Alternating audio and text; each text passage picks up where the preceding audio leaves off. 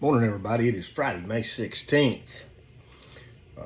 Looks like it's going to be another pretty day out there. Let's get into it. May 16th, Jesus Calling by Sarah Young. I am your Lord. Seek me as a friend and lover of your soul, but remember that I am also King of Kings, sovereign over all. You can make some plans as you gaze into the day that stretches out before you, but you need to hold those plans tentatively, anticipating that I may have other ideas. The most important thing to remember is what to do right now. Instead of scanning the horizon of your life looking for things that need to be done, concentrate on the task before you and the one who never leaves your side. Let everything else fade into the background. This will unclutter your mind, allowing me to occupy more and more of your consciousness. Now, here's a point of contention for me and Candace. Candace wants to plan. She wants to know what we're going to do days in advance. I have become accustomed to the fact that plans will change. And if I'll stay focused on, all right, what we're doing right now is task number 1, you're down there wanting to know about number 35 that we have to get done this week. I think it's the same way with the good Lord. I think you focus, take care of one task at a time. Change one thing in your life at a time. Address one problem in your life at a time. Let him help you with those. Quit worrying about those ones way out in the future, because it'll drive you crazy. You can't keep worrying about what's going to happen 10 days from now. And I've got a lot going on in my life, and I just realized that I need to quit worrying about what's going on 10 days from now or whenever it's going to happen. I need to just enjoy now.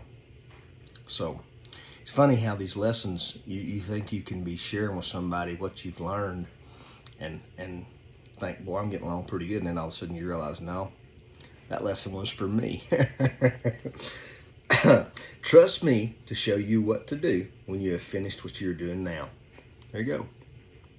I will guide you step by step as you bend your will to mine. Thus, you stay close to me on the path of peace. I have always liked to, okay, we're on this task, let's get it finished. Finish this one, on to the next one. If you have several started, no problem. Pick one and finish, on to the next ones. So, one at a time. Shoots me right down to the ground, except for what I was thinking about days ahead. You can really get to think you're doing great, and good Lord he'll choke chain you just a little bit. I'm glad that I'm not to the point where I think I'm too smart to learn. That's all I know. Guys, the scripture it gives for today's devotional is Revelation 17:14, Proverbs 19:21, and Luke 1:79. Joy's going to come in the morning, put some peace, love, kindness, thankfulness, gratitude, all with it. And guys, whatever that task is right before you, whatever's so frontwards in your mind, handle it. Put the good Lord before it, handle it. Hand it to him, handle it. Don't do like I was and worry about something that's coming 10, 12 days down the line that honestly you can't do a thing about. You are not in control.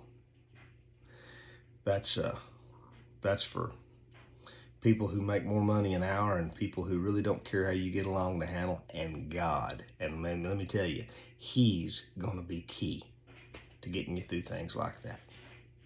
My divorce is what I'm talking about. Remember, guys, you're never too far along to learn, because I know I'm a pamper-pulling Christian, okay?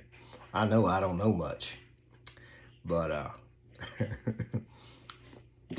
my goodness, I can't believe that I was sitting here saying one thing at a time, and then I realized I haven't been taking one thing at a time. So, grasshopper, the teacher has become the student. Before I close, I was going to start doing a little something funny ever so often, and I had a friend years ago who was having trouble sleeping, having trouble with some allergies, and they decided to put him on Ambien. Now, if you know anything about Ambien, that stuff is horrible. I mean, it turns a person into a zombie. And for some reason, they can wake up all hours of the night, whatever. And so his wife's telling me the story. She says that he's been taking the Ambien, and he's thinking he's been sleeping all night. Heck no, he's up sleepwalking. And he goes to the refrigerator, middle of the night. She said she woke up and she heard something going on in the kitchen. She went out there, and he's got the refrigerator throat open, got a jar of sweet pickles in his arm, just eating them. Sweet pickle juice all over him, buck naked, all over the floor, all over everywhere. She said, let me tell you something. You put them pickles up. You wipe that jar off. You clean all this up. Don't you dare come to bed and leave this mess for me in the morning. And he never checked up on that Ambien, just eating them pickles. He said, what are you, the pickle police? Y'all remember, you may be the only Bible a person ever reads.